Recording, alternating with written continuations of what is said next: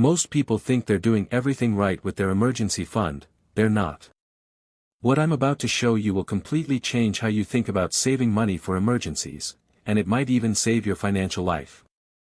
Most of us were taught the same rule growing up: save 3 to 6 months of expenses, put it in a savings account, and you are set. Simple, clean, done. And for a long time, people followed this advice without question. Financial advisors repeated it. Parents passed it down. Personal finance books printed it on their very first chapters. It became the golden rule of financial safety. But here is the hard truth that nobody is talking about: that rule was created decades ago, in a completely different economic world, for a completely different type of person living a completely different kind of life. The world has changed dramatically. Inflation has changed. Job markets have changed. Expenses have changed. The way money moves has changed. But somehow, that same old advice is still being repeated like it is fresh and relevant today. It is not. And blindly following it could leave you in a far more vulnerable position than you realize, especially when a real emergency actually hits. Think about the last major financial crisis. Think about how many people had emergency funds, real ones, by the book, and still found themselves completely wiped out within just a few months. Why did that happen? Because the formula they were using was outdated. Because the calculation behind their fund did not match the reality of modern expenses. Because nobody told them the rule had an expiry date. That is exactly what we are going to fix today. In this video, we are going to break down everything wrong with the traditional emergency fund model, and more importantly, we are going to rebuild it from scratch using a smarter, more modern approach that actually works in today's world. So if you have ever felt like your savings are never quite enough, or you have wondered whether your emergency fund would actually survive a real crisis, stay with me, because this is going to be one of the most important financial conversations you have ever had. The problem with the traditional 3 to 6 month rule. Let's start by going back to where this rule actually came from, because understanding its origin is the key to understanding why it no longer works the way it was intended to. The 3 to 6 month rule was popularized in the mid-20th century, a time when most households had one primary income earner, jobs were stable and long-term, living costs were predictable, and the economy moved at a much slower pace. Back then, if you lost your job, you could reasonably expect to find a new one within a few weeks or maybe a couple of months. Expenses were straightforward. Rent was affordable relative to income. Healthcare costs were manageable. There were no subscription services, no digital bills, no rising utility costs tied to global energy markets. Life was financially simpler, and the 3 to 6 month rule fit that simplicity perfectly. But fast forward to today and almost none of those conditions exist anymore. The modern financial life is layered, complex, and expensive in ways that our grandparents simply never had to deal with. The average person today is juggling rent or mortgage payments that consume a far larger percentage of their income than ever before. They are paying for health insurance, car insurance, life insurance, and still facing massive out-of-pocket costs when something actually goes wrong. They are managing student loan debt, credit card minimums, streaming subscriptions, phone bills, internet bills, and a dozen other monthly obligations that simply did not exist 50 years ago. And yet the advice remains the same: save 3 to 6 months of expenses and you will be fine. Here is the real problem with that guidance. It does not tell you which expenses to count. It does not account for inflation eating into your saved amount over time. It does not consider whether your job is high risk or low risk in terms of stability. It treats a freelancer the same as a government employee. It treats a single person the same as a family of 4. It is a one-size-fits-all solution being applied to a world that has never been more diverse in its financial realities. And that is a dangerous mismatch. Why your savings account is quietly betraying you. So now that we understand the problem with the rule itself, let us talk about the second major mistake people make, and this one is even more painful because it happens completely silently, without any warning, while you are doing everything you think is right. Most people who have an emergency fund are keeping it in a traditional savings account at their primary bank. And on the surface, that seems like a perfectly reasonable decision. It is safe, it is accessible, and it feels responsible. You can see the balance, you know the money is there, and that gives you a sense of security. But what most people do not realize is that their savings account is actually losing them money every single month, not through fees, not through bad investments, but through something far more invisible and far more damaging. It is called inflation erosion. And it is one of the most underestimated threats to any emergency fund. Here is how it works in simple terms. Inflation means that the purchasing power of your money decreases over time. Every year, the things you need to buy, groceries, rent, gas, medicine, utilities, cost a little more than they did the year before. Now if your money is sitting in a traditional savings account earning an interest rate of 0.1% or even 0.5% annually, but inflation is running at 3, 4, or even 5% per year, your money is shrinking in real terms even though the number in your account stays the same or grows slightly. Let us put real numbers to this so it truly sinks in. Imagine you have $10,000 sitting in a traditional savings account. After 1 year at 0.5% interest, you have earned $50. But if inflation was 4% that year, the purchasing power of your $10,000 has effectively dropped by $400. You did not lose money on paper. But in reality, you lost $350 worth of buying power, silently, without a single notification from your bank. Now multiply that across 2 years, 3 years, 5 years. The damage compounds quietly in the background while you feel completely safe and responsible. This is why so many people discover during an actual emergency that their fund does not stretch nearly as far as they expected it to. The numbers are there but the value has been slowly hollowed out. And your bank never once sent you an alert about it. The expense calculation mistake almost everyone makes. Alright, so now we have covered the outdated rule and the silent savings account problem. But there is a third mistake that might actually be the most common one of all, and it happens right at the very beginning, before you even start saving. It happens in the way people calculate how much they actually need in their emergency fund. And getting this wrong from the start means your entire foundation is built on a number that does not reflect your real life. Here is what most people do. They sit down, they look at their monthly bills, they add up the obvious ones, rent, groceries, car payment, utilities, and they multiply that total by 3 or 6. Done. Fund goal set. They start saving toward that number and they feel good about it. But the problem is that calculation is massively incomplete. It only captures the expenses you think about regularly. It completely ignores the ones that show up unexpectedly or annually or in categories you have mentally filed away as not a big deal. Let us walk through exactly what gets left out. First, people forget irregular expenses. These are things that do not show up every single month but are absolutely guaranteed to show up eventually. Car maintenance and repairs. Annual insurance premiums. Dental work. Home repairs. Back-to-school costs. Holiday spending. These are not surprises. They are predictable unpredictable expenses, meaning you know they are coming even if you do not know exactly when. But because they are not on the monthly bill list, they never make it into the emergency fund calculation. Second, people underestimate their true grocery and lifestyle costs. Most people guess their monthly grocery bill and guess it low. They forget the random midweek top-up trips. They forget the household supplies mixed into that grocery run. They forget the occasional takeout that fills the gap when life gets busy. These small underestimates add up to a significant monthly shortfall. Third and most critically, people forget to account for expense inflation. The number you calculated last year is already slightly wrong this year. And the number you calculate today will be slightly wrong 18 months from now. If you set a fund goal and never revisit it, you are saving toward a target that is constantly moving away from you without you even noticing. Your emergency fund calculation needs to be a living number, one that you revisit and adjust regularly, not a one-time figure you set and forget forever.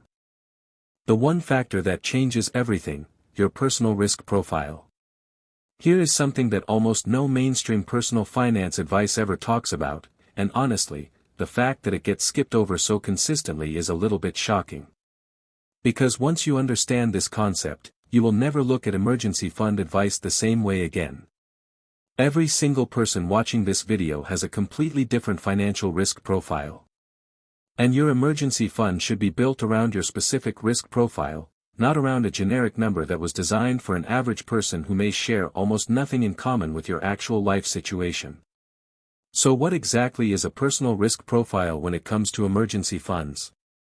Think of it as a combination of factors that determine how vulnerable you are to financial disruption and how long it would realistically take you to recover from a serious financial emergency.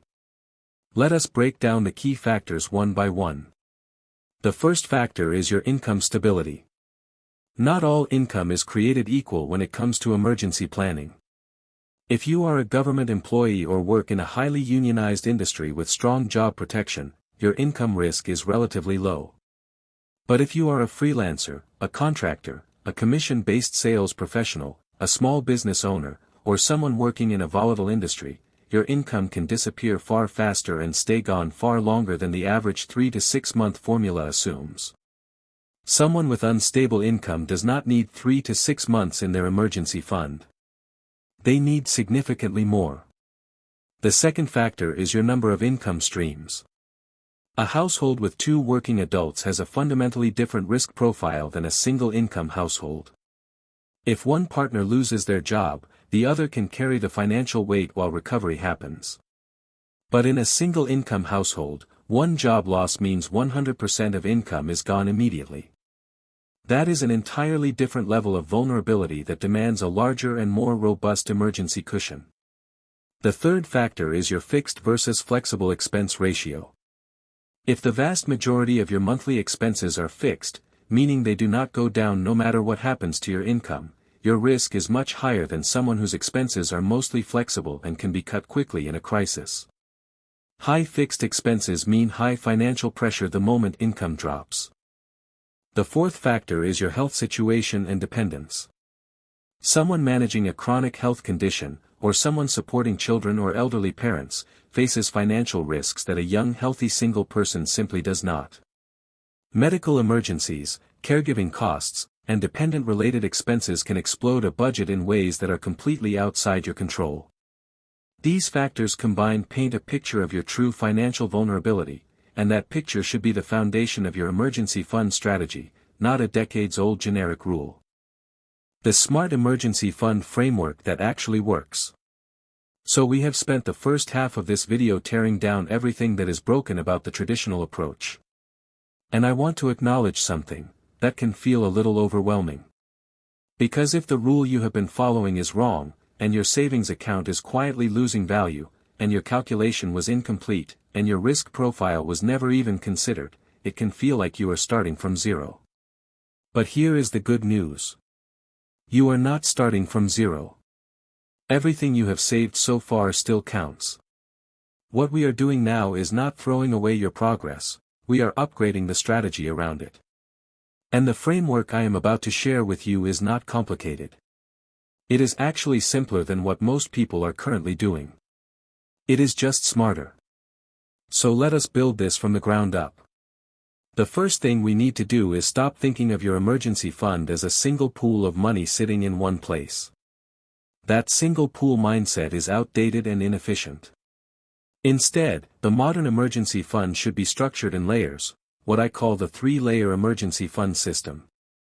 Each layer serves a different purpose, holds a different amount, and sits in a different type of account.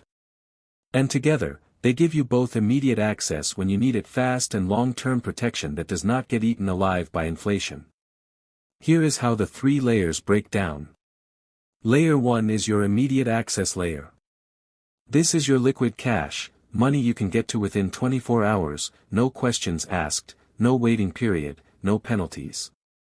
This layer is specifically designed to handle the small but urgent emergencies that life throws at you constantly. A car breakdown. An unexpected medical copay. An emergency flight. A sudden home repair that cannot wait. This layer should cover roughly 1 month of your essential expenses, not total expenses, just the non-negotiable ones. Rent or mortgage. Utilities. Food. Transportation. Basic insurance.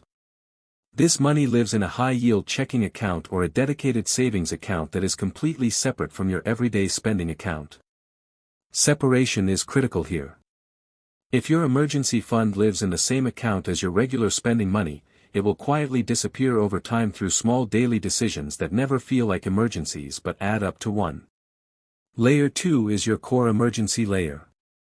This is the main body of your emergency fund, and it should cover 3 to 6 months of your full expenses, but calculated correctly using the method we discussed earlier, adjusted for your personal risk profile. If you are low risk, stable job, dual income, flexible expenses, no major dependents, 3 months is a reasonable target for this layer. If you are moderate to high risk, freelance income, single income household, high fixed expenses, health considerations, you should be targeting 6 months minimum, and possibly more. This money should not be sitting in a traditional savings account earning next to nothing.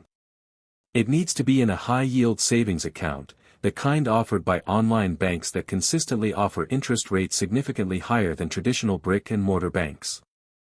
The difference in interest earned over 1 to 2 years can be hundreds or even thousands of dollars depending on your fund size. That is real money that your current setup is leaving on the table every single month.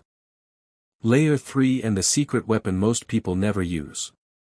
So we have covered Layer 1 and Layer 2 of the 3-layer emergency fund system.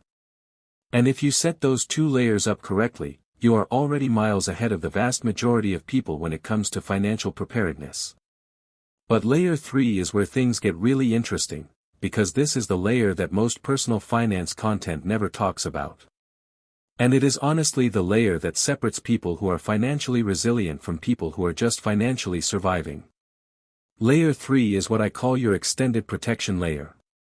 And the purpose of this layer is not to cover a 1-month emergency or even a 6-month emergency.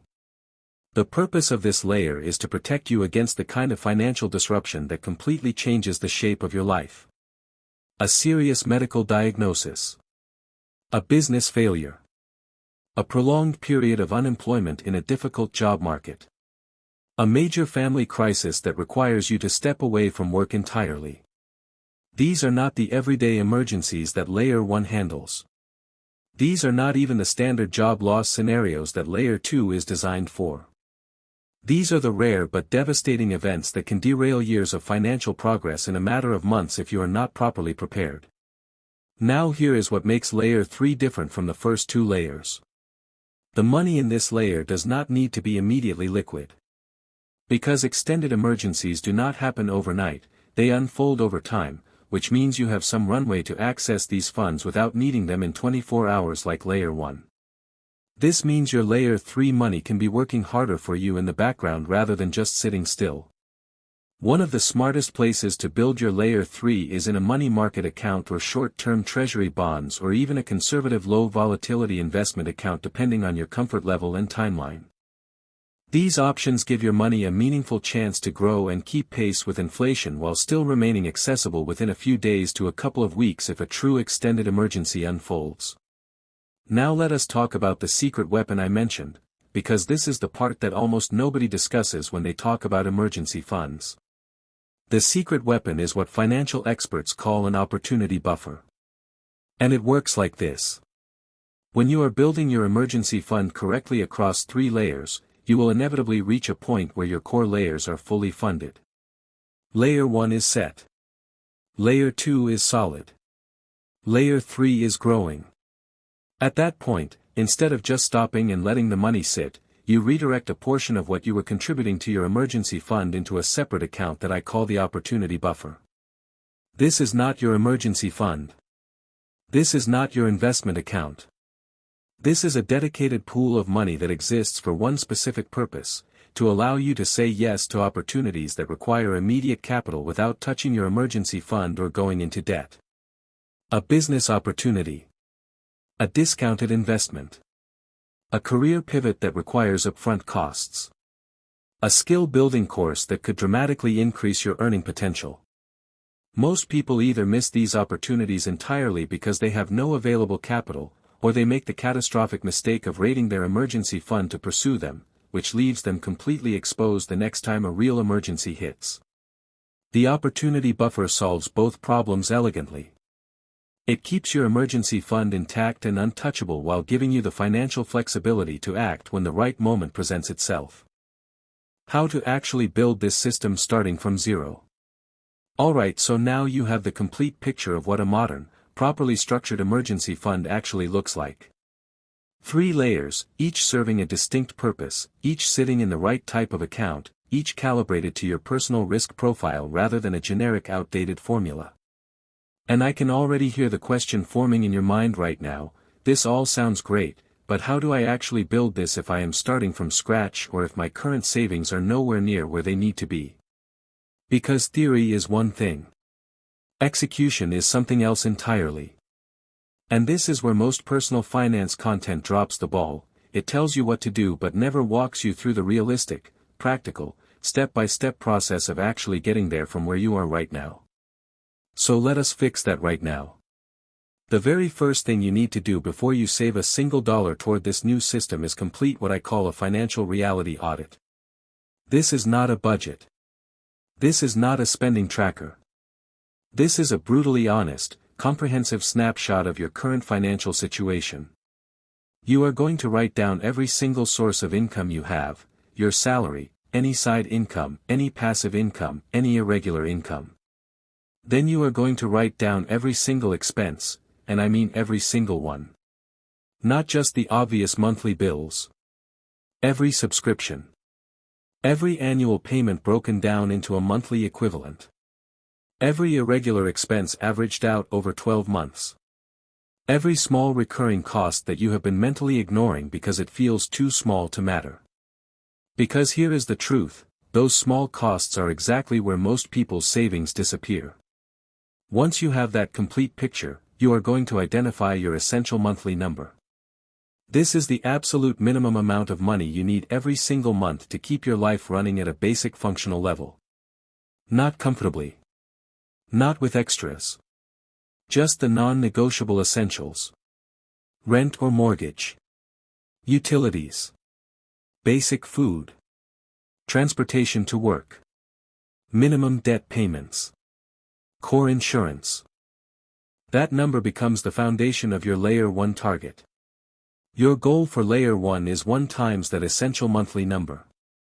That is your first savings milestone and your only focus until it is complete.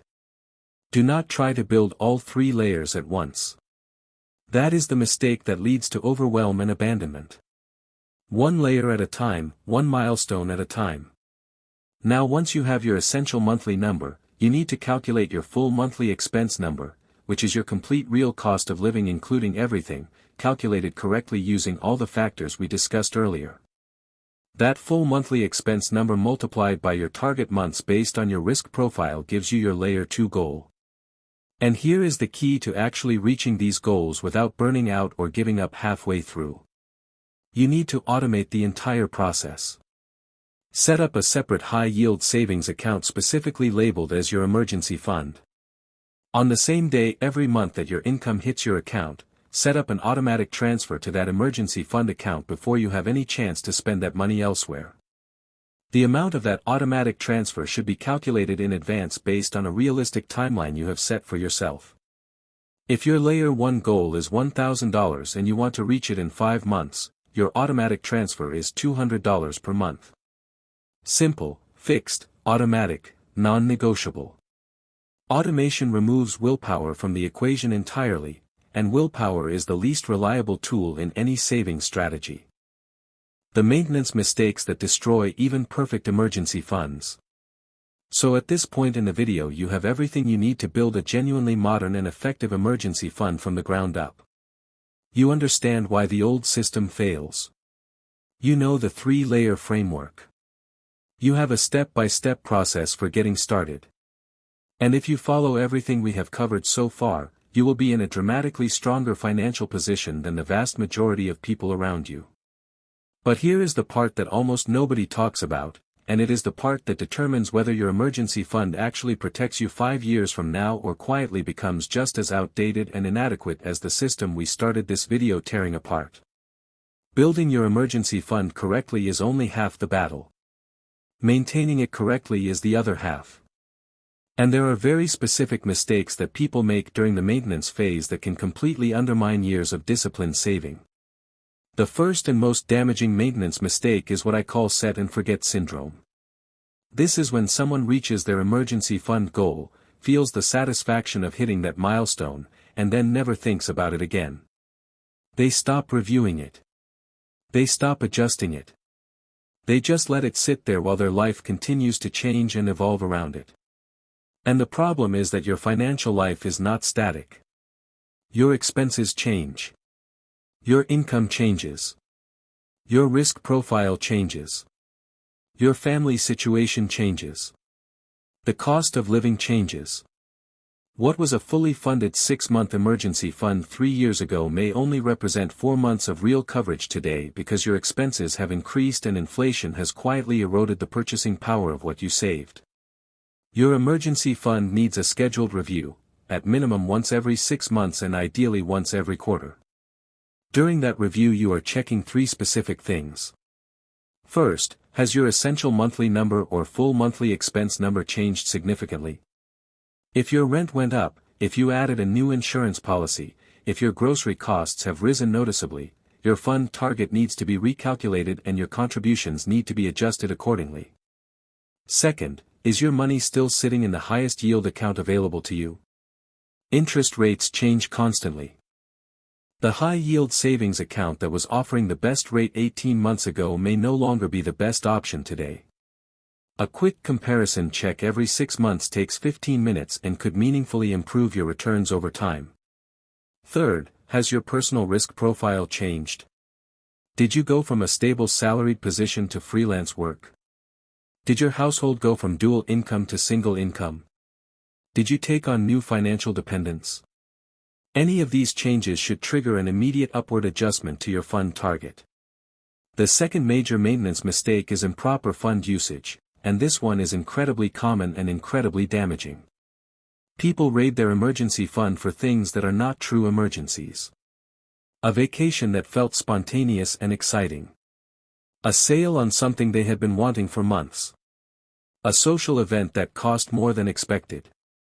A home upgrade that was wanted but not needed.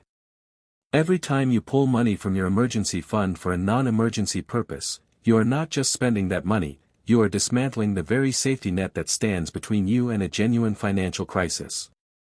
And then when a real emergency hits, you discover the hard way that your safety net has holes in it. The solution is ruthless clarity about what actually qualifies as an emergency. An emergency is an unplanned, unavoidable expense that directly threatens your financial stability or your physical well-being. A car repair that prevents you from getting to work, that is an emergency. A medical bill that cannot be deferred, that is an emergency. A sudden job loss, that is exactly what your fund exists for. A flash sale on electronics, that is not an emergency. A friend's destination wedding, that is not an emergency. A home renovation you have been thinking about for 2 years, that is absolutely not an emergency.